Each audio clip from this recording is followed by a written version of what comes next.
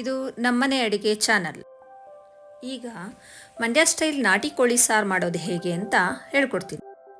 1 kg chicken ತೊಗೊಳ್ಳಿ, ಅರ್ಧ ಜಜ್ಜಿರೋ ಈರುಳ್ಳಿ ತೊಗೊಳ್ಳಿ. ಒಲೆ ಮೇಲೆ ಪಾತ್ರೆ ಇಟ್ಟು ಅದಕ್ಕೆ 3 ಟೇಬಲ್ ಸ್ಪೂನ್ ಎಣ್ಣೆ ಹಾಕಿ ಆ ಜಜ್ಜಿರೋ ಈರುಳ್ಳಿನ ಹಾಕಿ ಫ್ರೈ ಮಾಡಿ. ಚೆನ್ನಾಗಿ ತೊಳೆದಿಟ್ಟಿರೋ ಅಂಥ ಚಿಕನ್ನ ಪಾತ್ರೆಗೆ ಹಾಕಿ ಚಿಕನ್ನ ಒಂದು 15 ನಿಮಿಷ ಚೆನ್ನಾಗಿ ಹುರ್ಕೊಳ್ಳಿ. ಅದರ ಹಸಿ ವಾಸನೆ ಹೋಗೋವರೆಗೂ ಹುರಿಬೇಕು. ಒಂದು ಮಿಕ್ಸಿ ಜಾರ್ಗೆ ದೊಡ್ಡದೊಂದು ಈರುಳ್ಳಿ ಕಟ್ ಮಾಡಿ ಹಾಕ್ಕೊಳ್ಳಿ.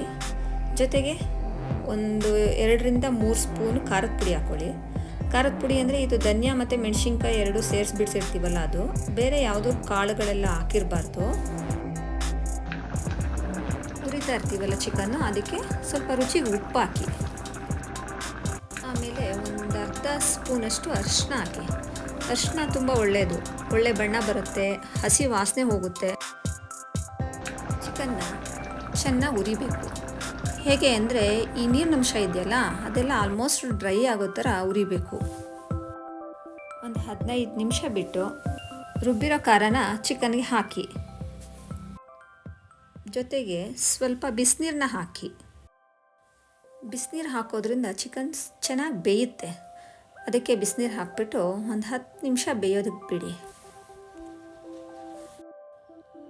ಅಷ್ಟರಲ್ಲಿ ಒಂದು ಜಾರ್ಗೆ 1 ಕಪ್ ತೆಂಗಿನಕಾಯಿ ತುರಿ ಹಾಕೋಣ, 1 ಸ್ಪೂನ್ ಗಸಗಸೆ ಹಾಕೋಣ, ಒಂದು ಸ್ವಲ್ಪ ಕೊತ್ತಂಬರಿ ಸೊಪ್ಪು ಹಾಕ್ಕೊಂಡು ರುಬ್ಬಿಟ್ಕೊಳ್ಳೋಣ.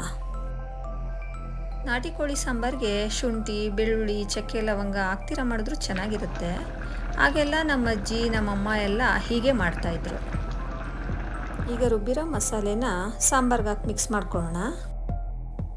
ಅವಶ್ಯಕತೆ ಇದ್ದರೆ ಸ್ವಲ್ಪ ನೀರು ಆ್ಯಡ್ ಮಾಡಿ ಅದಕ್ಕೆ. ಏಕೆಂದರೆ ನಾಟಿ ಕೋಳಿ ಸಾಂಬಾರು ಗಟ್ಟಿ ಇದ್ದರೆ ಅಷ್ಟು ಚೆನ್ನಾಗಿರಲ್ಲ, ಸ್ವಲ್ಪ ತೆಳುಗಿರಬೇಕು. ತೆಳುಗಿದ್ರೇ ನಾಟಿ ಕೋಳಿ ಸಾಂಬಾರು ಚೆನ್ನಾಗಿರುತ್ತೆ. ನಾಟಿ ಕೋಳಿ ಸಾಂಬಾರಿಗೆ ಒಳ್ಳೆ ಕಾಂಬಿನೇಷನ್ ಅಂದರೆ ರಾಗಿ ಮುದ್ದೆ. ನಾನಿವತ್ತು ಅದನ್ನೇ ಮಾಡಿದ್ದೀನಿ, ತೋರಿಸ್ತೀನಿ ನಿಮಗೆ. ಇವಾಗ ಕೋಳಿ ಸಾಂಬಾರಿಗೆ ರುಚಿಗೆ ತಕ್ಕಷ್ಟು ಉಪ್ಪು ಹಾಕ್ಕೊಡಿ. ಮೊದಲು ಚಿಕನ್ ಉರಿಬೇಕಾದ್ರೆ ಸ್ವಲ್ಪ ಹಾಕಿದ್ವಿ, ಈಗ ಸಾಂಬಾರು ನೋಡಿಕೊಂಡು ಅವಶ್ಯಕತೆ ಇದ್ದಷ್ಟು ಹಾಕ್ಕೊಳ್ಳಿ. ಆಲ್ಮೋಸ್ಟ್ ಸಾಂಬಾರು ರೆಡಿ ಆಯಿತು. ಈಗ ಅವರೆಕಾಳು ಸೀಸನ್ ಇರೋದ್ರಿಂದ ಸ್ವಲ್ಪ ಇದ್ಕಿದ ಅವರೆಕಾಳು ಹಾಕಿದ್ರೆ ತುಂಬ ಚೆನ್ನಾಗಿರುತ್ತೆ. ಸ್ವಲ್ಪ ಇದ್ಕಿದ ಅವರೆಕಾಳು ತೊಗೊಳ್ಳಿ, ಒಂದು ಅರ್ಧ ಈರುಳ್ಳಿ ತೊಗೊಳ್ಳಿ, ಒಂದು ಪಾತ್ರೆ ಬಿಸಿಗಿಟ್ಟು ಅದಕ್ಕೊಂದು 2 ಸ್ಪೂನ್ ಎಣ್ಣೆ ಹಾಕಿ ಅದಕ್ಕೆ ಈರುಳ್ಳಿ ಹಾಕಿ ಫ್ರೈ ಮಾಡಿ. ಈರುಳ್ಳಿನ ಕಟ್ ಮಾಡಿ ಹಾಕೋದಕ್ಕಿಂತ ಜಜ್ಜಿ ಹಾಕಿದ್ರೆ ತುಂಬ ಚೆನ್ನಾಗಿ ಫ್ಲೇವರ್ ಬಿಡುತ್ತೆ ಎಣ್ಣೆಲಿ. ನೀವು ಬೇಕಿದ್ರೆ ಜಜ್ಜಿ ಹಾಕಿ, ನಾನಿವತ್ತು ಕಟ್ ಮಾಡಿ ಹಾಕ್ಬಿಟ್ಟಿದ್ದೀನಿ.